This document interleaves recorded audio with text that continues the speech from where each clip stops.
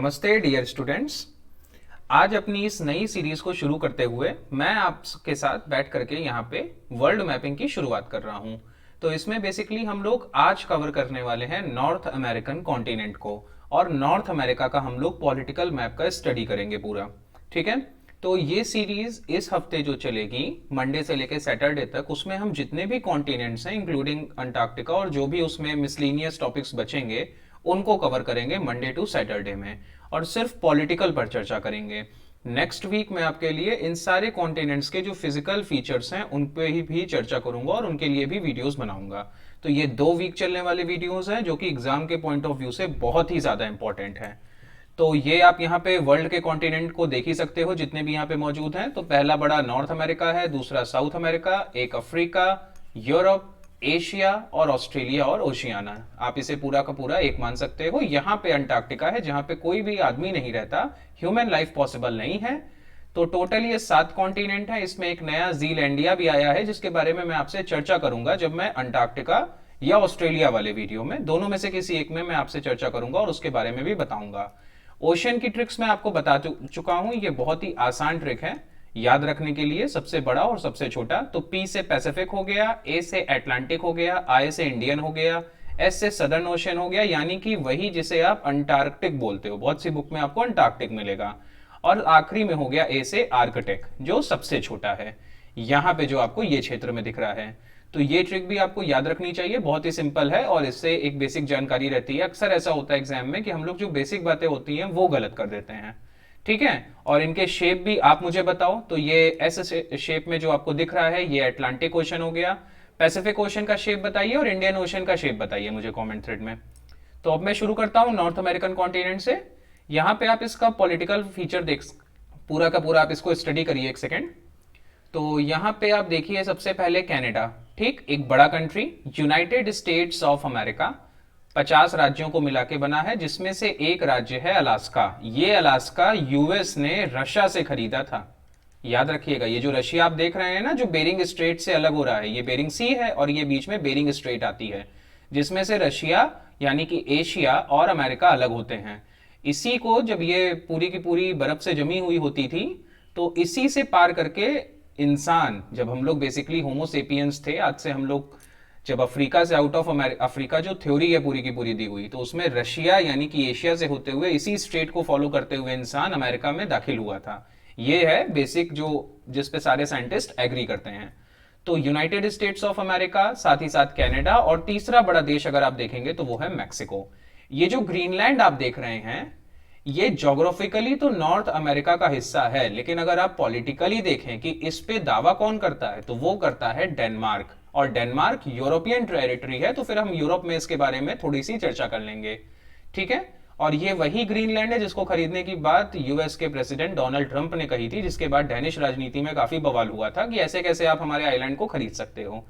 तो याद रखिएगा, ये है तो ज्योग्राफिकली नॉर्थ अमेरिकन कॉन्टिनेंट का हिस्सा, लेकिन politically Greenland is governed bye Denmark regime. Okay, ये जो आप बरमूडा आइलैंड देख रहे हैं ये यूके के कब्जे में है, और ये वो क्षेत्र है जहां पे बरमूडा ट्रायंगल भी बनता है। आपने बहुत सी इस पे स्टोरीज सुनी होंगी। ठीक है, ये जो पूरा का पूरा ट्रायंगल है, बहामास आइलैंड्स यहीं पे हैं, वर्ल्ड फेमस बहामास आइलैंड्स। अब यहाँ पे कई छोटे छोटे देश हैं, जैसे कि एक तो क्यूबा आपको दिख जाएगा जिसे sugar bowl of the world कहते हैं। भारत के साथ इकलौता क्यूबा ही ऐसा देश है जिसमें होम्योपैथी का चलन प्रसिद्ध है। मतलब एक हिसाब से होम्योपैथी जैसे निकली तो ये जर्मनी से है बेसिकली, बट वहां पे कोई साइंटिफिक प्रूवन ना होने की वजह से इसको बहुत ज्यादा लोग नहीं फॉलो करते। तो भारत के साथ साथ क्यूबा में ये काफी चलती है। और फिर ये जो सेंट्रल अमेरिकन देश हैं इनको अभी हम नॉर्थ से साउथ में देखेंगे, क्योंकि कई बार क्वेश्चन ऐसे आ जाते हैं कि नॉर्थ से साउथ में लगाइए, तो उसको अभी हम लोग अलग से देखेंगे। ये गल्फ ऑफ मैक्सिको है जो विश्व की सबसे बड़ी गल्फ है, इसको भी याद रखिएगा। स्टैटिक जीके के जितने भी पॉइंट हो रहे हैं मैं बताता चला जा रहा हूं। तो अब हम पहले कंट्री को देखते हैं, यूनाइटेड स्टेट्स ऑफ अमेरिका को।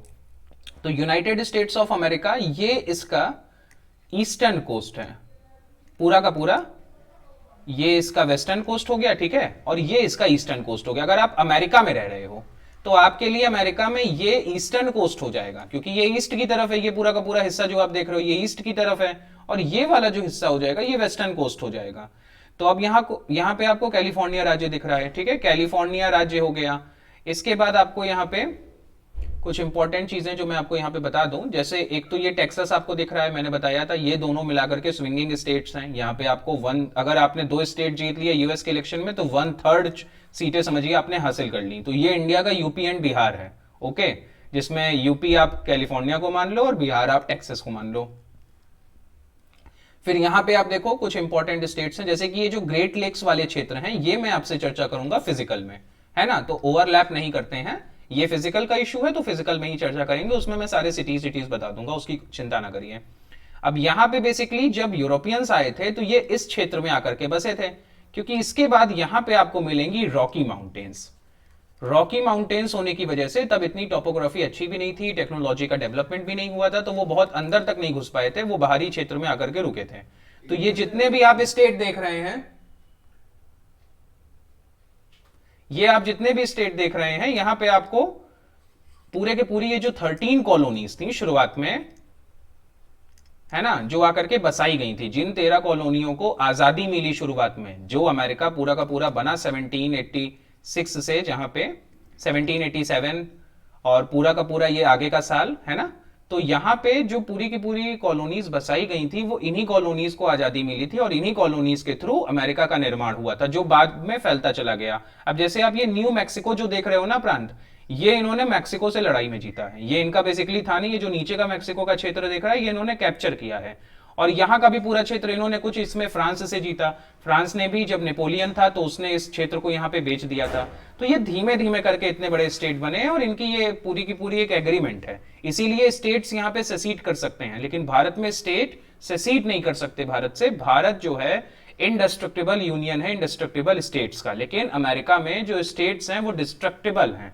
याद रखिएगा, ये बहुत बेसिक लाइन है पॉलिटी की।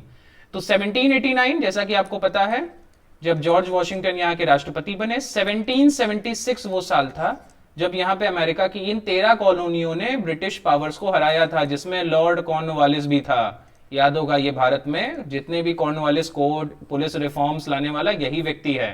और क्या लाया था ये भारत में? ये लाया था एक इंपॉर्टेंट व्यवस्था, परमानेंट सेटलमेंट सिस्टम। तो ये सारी चीजें लाने वाला कॉर्नवालिस इसी युद्ध में हारा था और उसके बाद वो भारत भेजा गया था कि भारत को बचा लो, भारत का हाल अमेरिका जैसा नहीं होना चाहिए। तो बाकी स्टोरी आपको पता होगी। अगले देश को देखते हैं, तो ये है कनाडा। कनाडा के बारे में कुछ बेसिक बातें, जैसे कि ये जो क्यूबेक प्रांत है कनाडा का, यहां पे काफी ज्यादा सेसेशन हुआ है क्योंकि ये फ्रेंच स्पीकिंग है, ये फ्रांस बोलने वाला पूरा का पूरा प्रांत है। और आपने सुना होगा यहाँ पे, अगर आपको नहीं पता है बेसिक अगर पॉलिटी की जानकारी है, तो ये फ्रेंच स्पीकिंग प्रांत है और यहाँ पे काफी बवाल हुआ। मतलब एक हिसाब से आप देखिए तो इन लोगों ने सेसेशन और ऑटोनॉमी की ज्यादा डिमांड की। जैसे रशिया का आपने चेचनिया देखा है, वहां पे मुस्लिम मेजोरिटी है, तो वहां पे आतंकी घटनाएं और ये सब होती रहती हैं, वैसे ही यहाँ पे क्यूबेक प्रांत में है, ठीक। और यहाँ पे आप ये जो देख रहे हो ग्रेट लेक्स का क्षेत्र है, ये बाउंड्री बनाता है। इसमें से 4 लेक जो हैं वो पूरी तरीके से बाउंड्री का निर्माण करती हैं। एक लेक वो पूरी तरीके से, आई थिंक लेक मिशिगन है, जो पूरी तरीके से अमेरिका में है। हालांकि इस पे हम लोग चर्चा करेंगे फिजिकल वाले मैप में। और यहां पे आप पूरी चीजें ये देख ही सकते हो। अब ये पूरा का पूरा जो कॉन्टिनेंट था यूएसए, आपको मैं बताऊं अगर इसका नाम अमेरिका क्यों पड़ा, तो ये बेसिकली अमेरिगो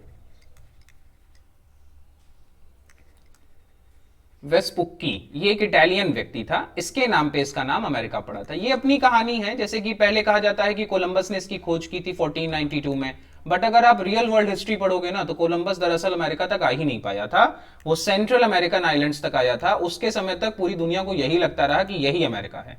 वो तो बाद में खोजा गया कि इतना बड़ा अमेरिका है, जो इतना विस्तार उसका है, और वो माउंटेन्स के पीछे भी, अब आप देखिए ना, अगर इस मैप में हम लोग देखें तो यूरोपियंस जो थे वो तो यहीं तक आ पाए थे, उनको तो पता ही नहीं था कि इतना बड़ा क्षेत्र। अगर उनको पता होता तो इसको अलग कर लेते अमेरिका से और इसको अपनी कॉलोनी बना लेते। उस समय तो कॉलोनी का ऐसा जोर था, लेकिन ये चीज उनको नहीं पता थी बेसिकली। तो अमेरिगो वेस्पुक्की के नाम पे इसका नाम, वेस्पुक्की के नाम पे इसका नाम पड़ा। ये एक इटालियन था, और जब पहले के समय पे मैप्स बनते थे तो उन मैप्स में ये पूरे क्षेत्र को छोड़ के रखा जाता था, क्योंकि उनका भी ये मानना होता था कि अगर पृथ्वी गोल है तो भी हमने पूरी एरिया को नहीं ढूंढा है, और बाद में उसको ढूंढ लिया जाता था। तो यहाँ पे ऐसे नामकरण हुआ था, अमेरिका जो नाम है वो अमेरिगो से आया है। तो ये आपने कनाडा भी देख लिया। अब हम तीसरे स्टेट पे चलते हैं जो इंपॉर्टेंट है। स्टेट का मतलब यहाँ पे कंट्री से, कंफ्यूज मत होइएगा। तो तीसरा जो इंपॉर्टेंट है मैक्सिको है। मैक्सिको की कैपिटल मैक्सिको सिटी है, ठीक है। एक बार इन तीनों की अगर मैं करेंसी की बात करूं तो यूएस में आपको पता है यूएस डॉलर चलता है, कनाडा में भी सेम डॉलर चलता है, ठीक है, और मैक्सिकन पीसो यहाँ पे चलता है। आपने ये करेंसी का नाम सुना होगा, स्पेनिश शब्द है, बेसिकली स्पेन का ही यहाँ पूरे क्षेत्र पे राज था। और स्पेन और अमेरिका के बीच में 20वीं शताब्दी की शुरुआत में ही युद्ध हुआ था, 19वीं शताब्दी के अंत में। तो वो बहुत इंपॉर्टेंट युद्ध था जिसमें अमेरिका ने स्पेन को हरा करके ये क्यूबा और ये जो पूरा क्षेत्र है ना, यहाँ से स्पेनिश पावर को खत्म कर दिया था। और तब अमेरिका सामने आया था कि हाँ, 1860s में जो अमेरिका हारा स्लेवरी के खिलाफ और वहां पे सिविल वॉर हुआ, पूरा का पूरा डिस्ट्रॉय हुआ अमेरिका, वो 40 साल में ऐसा ग्रो हुआ कि उसने एक बड़ी यूरोपियन शक्ति को हरा दिया। तो ये इंपॉर्टेंट था। अब हम देख लेते हैं सेंट्रल अमेरिकन स्टेट्स को। इनमें हम लोग बेसिकली जो कॉन्सेंट्रेट करेंगे वो करेंगे कि ये नॉर्थ से साउथ तक कैसे फैले हैं। तो ये मैक्सिको यहां तक आता है, अगर आप इस टिप पे देखो तो ये आपको नीचे दिख रहा है ना, ये मैक्सिको का क्षेत्र, ये इतना, आई एम सॉरी, तो ये जो आपको क्षेत्र दिख रहा है यहां पे, ये पूरा का पूरा क्षेत्र जो दिख रहा है, यहां से ये सेपरेट हो रहे हैं। तो सेंट्रल अमेरिकन जो देश हैं यहां से शुरू हो रहे हैं। तो इसमें पहला है ग्वाटेमाला, इसकी कैपिटल ग्वाटेमाला सिटी है। एल सल्वाडोर, ठीक है, हॉन्डुरास, हॉन्डुरास भी इंपॉर्टेंट है, नाइकारागुआ, कोस्टा रिका, और आखिरी में आता है पनामा। इसी पनामा पे, ये पनामा सिटी है इसकी कैपिटल, और यहां से गई है स्थमस। ये पहले जुड़ा हुआ था, इसको तोड़ा गया, ये अमेरिका के नेतृत्व में चलती है, और यहां पे स्थमस ऑफ पैनामा और पैनामा कैनाल बना है। पहले ये पूरी की पूरी जो लैंड थी वो जुड़ी हुई थी, अमेरिका ने इसको काटा। काटने का रीजन क्या था? ताकि आप पैसिफिक ओशन में एंटर कर सको अटलांटिक ओशन से, ठीक है, वरना ये काफी लंबा होकर के जाना पड़ता था, पूरा साउथ अमेरिका को सरकमलेंट करके जाना पड़ता था। तो बहुत ही ज्यादा उसमें कॉस्ट भी लगती थी, टाइम भी लगता था, और फिर वो सूटेबल भी नहीं था, सस्टेनेबल भी नहीं था। तो हम लोग जब साउथ अमेरिकन कॉन्टिनेंट की स्टडी करेंगे तो वहां नीचे के रूट को भी पढ़ेंगे। तो आज मैं आपके लिए ये सेंट्रल अमेरिकन स्टेट्स ले आया हूं। आप अगर इनको नॉर्थ से साउथ में करना है तो यहां पे याद रखिएगा, अगर आपसे पूछा जाएगा कि ज्यादा नॉर्थ में कौन है, तो ज्यादा नॉर्थ में आप देख लीजिए बेलीज है, ठीक है। तो बेलीज ज्यादा नॉर्थ में है। फिर ग्वाटेमाला का नंबर आ जाएगा, तो ये नंबर 1 हो गया, ये नंबर 2 हो गया। फिर एल सल्वाडोर और हॉन्डुरास में है। तो अगर ये दोनों पूछेगा भी तो या तो साथ में पूछेगा और या तो अलग अलग पूछेगा। तो आपको इन दोनों में से ये लगभग बराबर लाइन है, तो इसमें कंफ्यूज नहीं होना है, इनको बराबर ही मान लेना है, क्योंकि ऐसे क्वेश्चन पहली बात तो टिपिकल इतने ज्यादा आएंगे नहीं, और आएंगे भी तो आप इसको कर ले जाओगे। एल सल्वाडोर और हॉन्डुरास नॉर्थ और साउथ दोनों में इक्वल ही हैं। फिर यहां से याद रखिएगा कि नाइकारागुआ पड़ता है, कोस्टा रिका पड़ता है, पनामा पड़ता है, क्योंकि हो सकता है सिर्फ ये 3 कंट्रीज के बारे में पूछ ले कि नाइकारागुआ, कोस्टा रिका और पनामा में कौन पहले और बाद में है। तो ये चीज आपको पता होनी चाहिए। तो ये था आज का हमारा वीडियो, जिसमें हमने नॉर्थ अमेरिकन कॉन्टिनेंट के बारे में पढ़ा, पॉलिटिकल चीजों के बारे में पढ़ा, जो बेसिक जानकारी है। अब क्वेश्चंस पॉलिटिकल से ज्यादा फिजिकल पे आते हैं, बट चूंकि हम एक प्रोसेस को फॉलो कर रहे हैं इसलिए हम दोनों पे आराम आराम से चलेंगे। कई कंट्रीज और कई कॉन्टिनेंट्स ऐसे होंगे जिन पे हमें बहुत सी जानकारी एक्स्ट्रा मिलेगी। जब हम एशिया पढ़ेंगे, जब हम यूरोप पढ़ेंगे, तो वहां पे कई इंपॉर्टेंट सिटीज हैं। नॉर्थ अमेरिका और साउथ अमेरिका में क्या है कि यहाँ पे 2-3 ही कंट्रीज हैं। अब जैसे नॉर्थ अमेरिका में आपने ब्राजील को, यूएसए को देखा, और दूसरा आपने देखा कनाडा को। मैक्सिको उतना इंपॉर्टेंट नहीं था, हालांकि वो भी एक इंपॉर्टेंट पावर है, बट उतना इंपॉर्टेंट नहीं है। साउथ अमेरिका में जब हम देखेंगे तो वहां पे ब्राजील और अर्जेंटीना ही हमें मिलेगा, बाकी शक्तियां जैसे लगेगा कि कुछ है ही नहीं। तो इस हिसाब से हम आगे बढ़ेंगे। जब फिजिकल होगा तो उसमें और ज्यादा होगा, ज्यादा डिटेल्स होंगी, ज्यादा स्टैटिक जीके कवर होगा, और कुछ बेसिक जानकारियां आपकी पूरी होंगी। तो ये वीडियो आपको कैसा लगा अपना कमेंट जरूर दीजिएगा, और अगर इसमें हम कुछ ऐड कर सकते हैं तो वो भी बताइएगा। टीम पीटी की तरफ से ये रिसोर्सेज आप ही के लिए अवेलेबल है, इनमें एनरोल कीजिए और इनका लाभ उठाइए। हम फिर मिलेंगे इसी सीरीज को आगे बढ़ाते हुए। तब तक के लिए नमस्ते, जय हिंद।